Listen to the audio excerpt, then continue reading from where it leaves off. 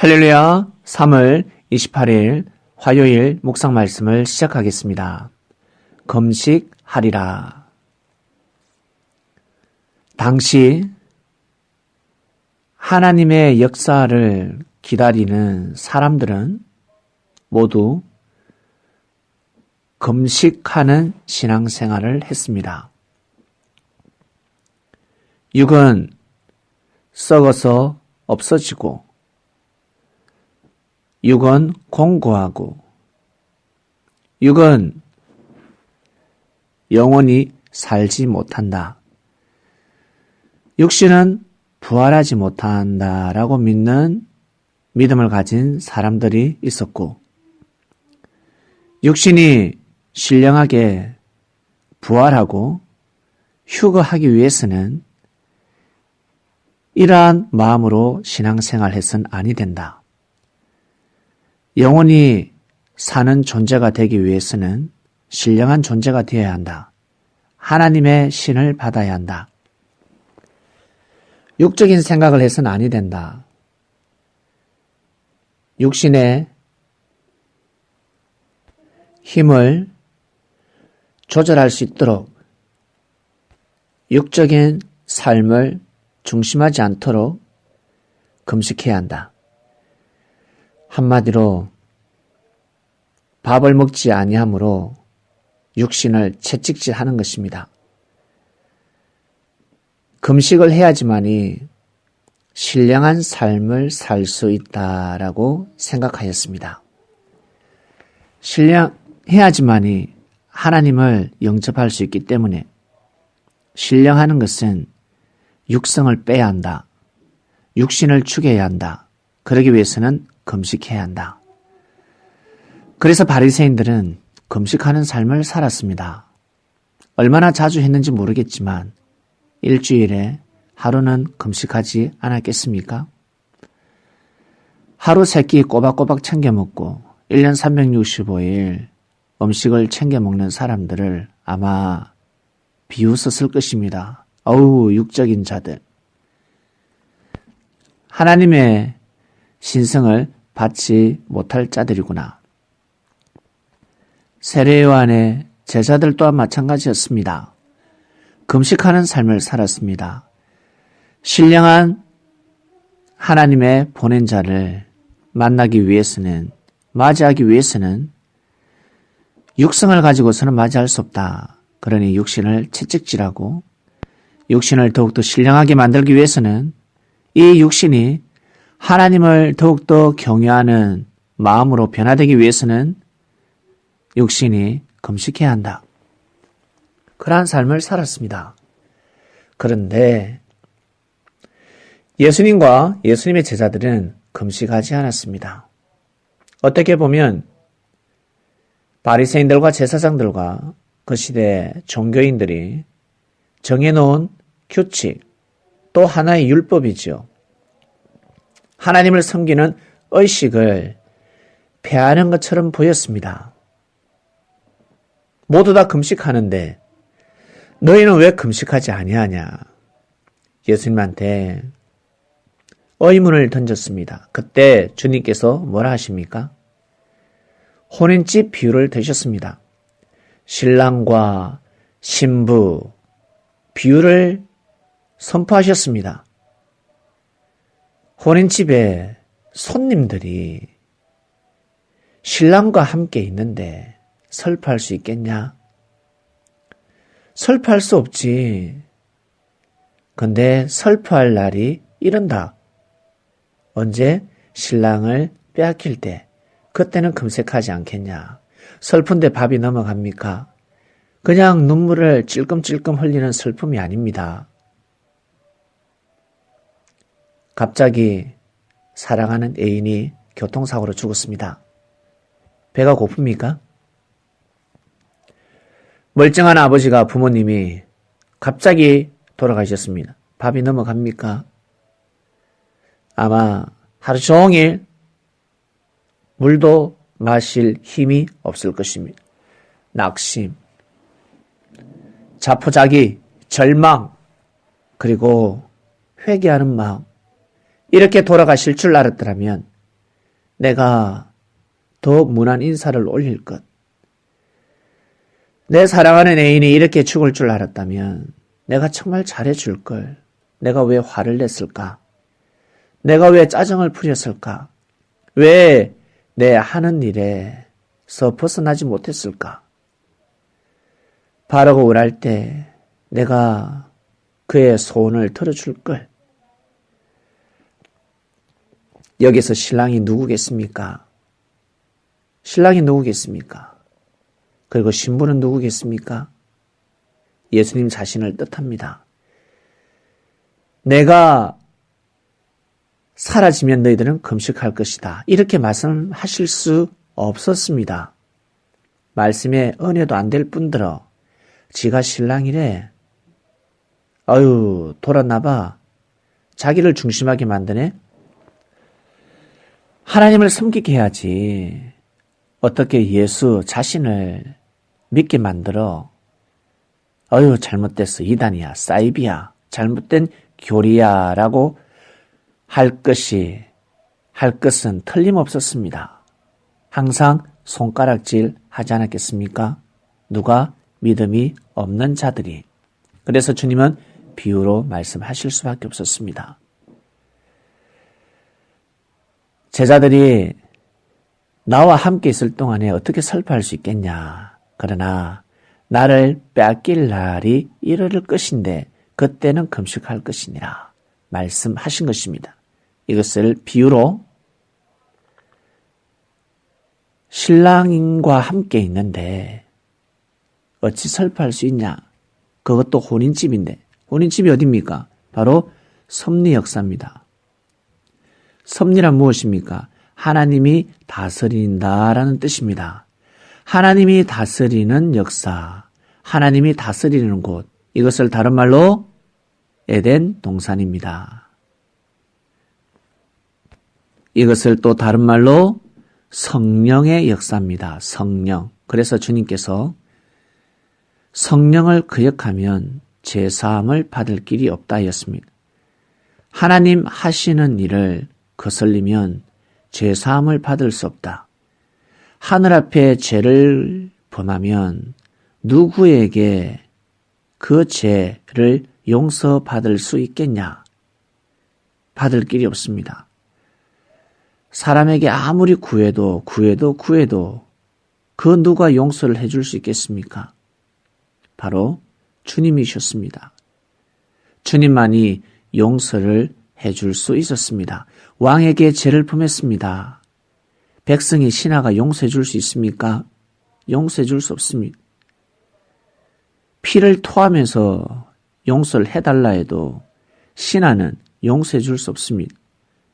왕한테 잘못했으니 왕이 용서해 줘야 하는 것입니다.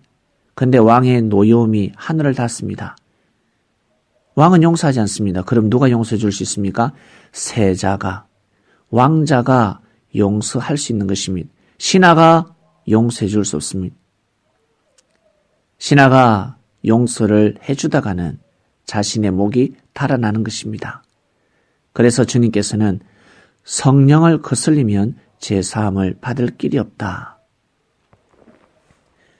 하나님 하시는 일을 거슬리게 되면 구원받지 못한다. 천국에 거할 수 없다. 라는 뜻입니다. 당시 수많은 사람들이 예수님을 경계했습니다. 예수님을 믿지 않는 자들. 예수님이 신랑이라는 사실을 몰랐습니다. 그들이 기다리는 자라는 사실을 몰랐습니다. 오직 하나님만 기다렸습니다. 오직 하늘에서 구름 타고 오는 하나님을 기다렸습니다. 예수님을 중심하는 종교단체는 이단이었습니다. 사이비였습니다. 사람들이 아니었습니다. 그들을 죽여도 죄가 되지 않는다 생각하였습니다. 그래서 유대교는 기독교를 인정하지 않았습니다. 로마라는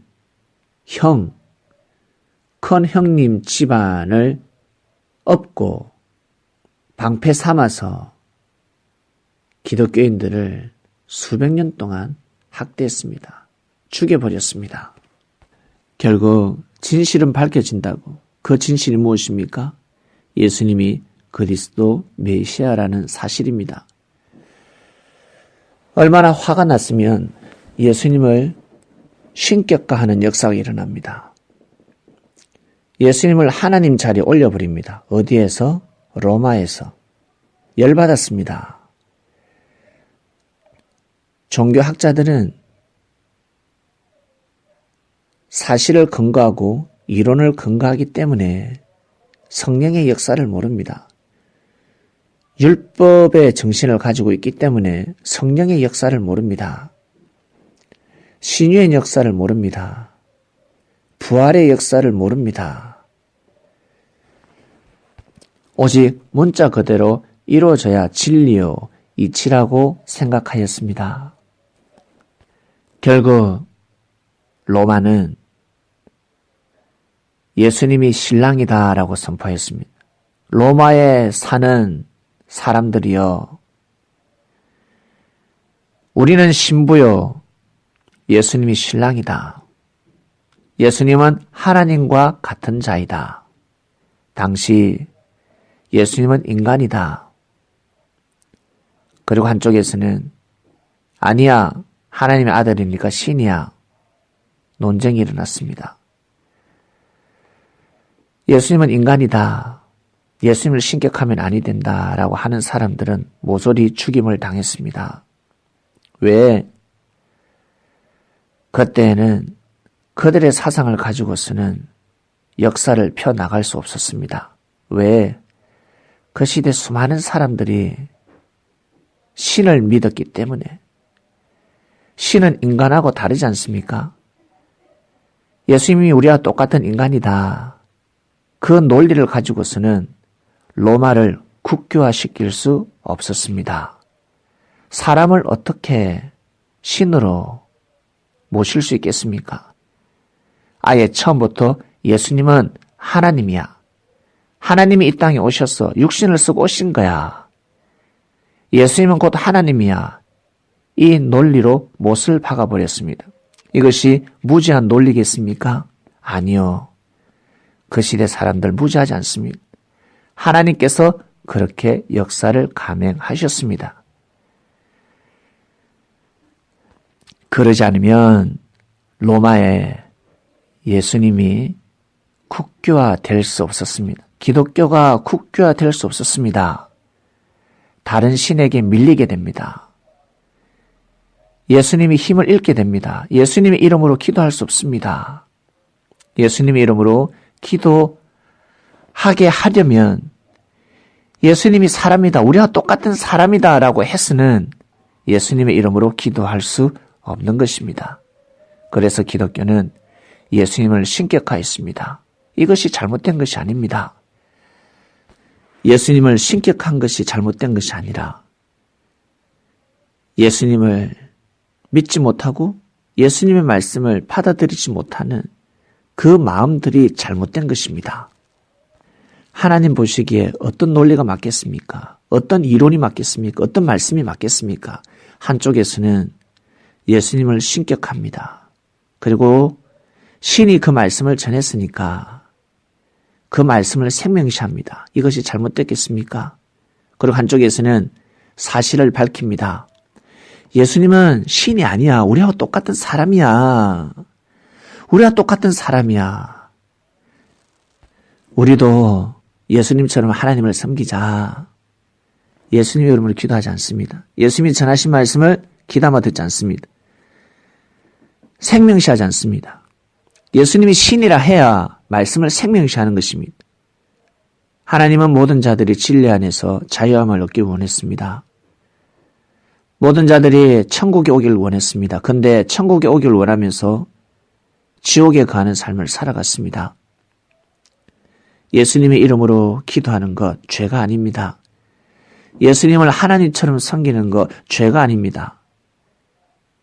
말씀을 귀히 여기지 못할 때, 예수님을 정말 사랑하지 못할 때, 예수님의 존재를 귀하게 여기지 못할 때, 이는 예수님이 아니라 생명을 귀하게 여기지 못하는 것입니다. 예수님도 귀하게 여기지 못하는데 일반 형제들을 귀하게 여길 수 있겠습니까? 있을 수 없는 일입니다. 예수님이 그리스도 메시아라면 예수님 말씀을 생명시해야 되지 않겠습니까? 그런데 그 시대 사람들은 예수님의 말씀을 생명시하지 않았습니다. 오직 율법을 생명시했습니다. 오직 율법을 중심했습니다.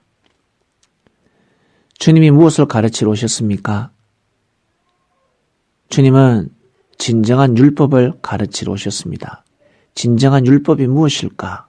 바로 사랑이었습니다. 진리는 곧 사랑입니다. 율법인들은 율법이라는 이론을 외우기 시작했습니다. 율법을 선포하기 시작했습니다. 그러나 주님은 율법을 선포하신 것이 아니라 이론을 선포하신 것이 아니라 사랑을 선포하셨습니다. 사랑을 가르쳐 주셨습니다. 형제들의 사랑을 어떻게 해야 하는지, 일이 생겼을 때 일 처리를 어떻게 해야 하는지, 진정으로 생명을 사랑하는 길이 무엇인지, 생명을 사랑하는 법을 가르쳐 주셨습니다. 왜? 그것이 진정 하나님이 바라고 원하시는 길이니까. 하나님의 소망이요, 하나님의 소원이요, 하나님의 희망입니다. 생명을 사랑하는 마음, 그것이 바로 하나님의 뜻이었습니다. 그런데 하나님을 믿는다고 하는 자들이 예수님을 핍박했습니다. 예수님을 시기했습니다. 나아가서 예수님을 죽이고자 하였습니다. 이런 일이 어디 있습니까? 말씀을 선포하는, 진리를 선포하는 자를 죽이려고 했습니다. 왜? 예수님 없어도 그들은 율법이 있기 때문에. 왜 율법이 있다 했을까? 예수님이 전하신 말씀은 모두 다 율법에서 비롯되었기 때문입니다. 율법을 폐하는 말씀이 아니라 율법을 완성케 하는 말씀이라는 것을 몰랐습니다. 예수님이 율법을 어떻게 완성하셨을까? 사랑의 메시지를 전하셨기 때문입니다. 사랑의 메시지를 전하셨기 때문에 율법이 완성될 수 있었습니다. 비유를 푸시는 것은 당연한 것이요. 비유를 풀면 무엇합니까? 성령이 없는데, 사랑이 없는데, 하늘이 함께하지 않는데 어떻게 역사가 일어날 수 있겠습니까? 요리하는 요리사가 인격이 중요한 것이 아닙니다. 손맛이 중요한 것입니다. 운전하는 운전수가 인격이 중요한 것이 아닙니다. 운전을 잘해야 합니다. 인격이 아무리 좋으면 뭐합니까? 술을 먹고 법을 어기고 그러다 과속하다가 사고가 나서 사람들이 다 죽게 생겼는데 성격이 안 좋아도 조금 부족해도 조금만 잘못하면 화를 내는 사람이랄지라도 운전을 잘해야 합니다. 법을 지키고 과속을 하지 않고 안전운행, 방어운전을 해야 합니다. 이것이 바로 성령의 역사입니다. 부족한 사람을 통해서 하나님의 신이 임하고 결국 하나님의 뜻을 이루는 것입니다. 구약의 역사가 그렇게 일어났습니다. 그 생각대로 잘못된 생각을 가지고 예수님을 판단하기 시작했습니다. 예수님이 똑같은 사람이었기 때문에 무시하기 시작했습니다. 똑같은 형제라 생각하였습니다. 예수님은 만왕의 왕이었습니다. 믿습니까? 하나님을 사랑한다면 예수님을 사랑해야 합니다. 그래야 예수님의 말씀이 이론이 아니라 성령의 역사로 이어질 수 있는 것입니다. 오늘 말씀 여기까지 하겠습니다. 금식하리라 말씀이 선포되었습니다. 근데 저희들은 금식하지 않습니다. 왜? 신랑이 함께 하시니까. 주님이 영으로 함께 하시고 섭리가 펼쳐져 나가기 때문에 우리는 금식할 수 없습니다. 진심으로 감사함을 드립니다. 영원토록 우리 신랑 뺏기지 않는 삶을 살아갈 수 있는 지혜로운 그리스도인들 될 수 있도록 축복하여 주시옵소서. 감사합니다. 귀한 하루 보내게 하소서. 주님의 이름으로 기도드립니다. 아멘.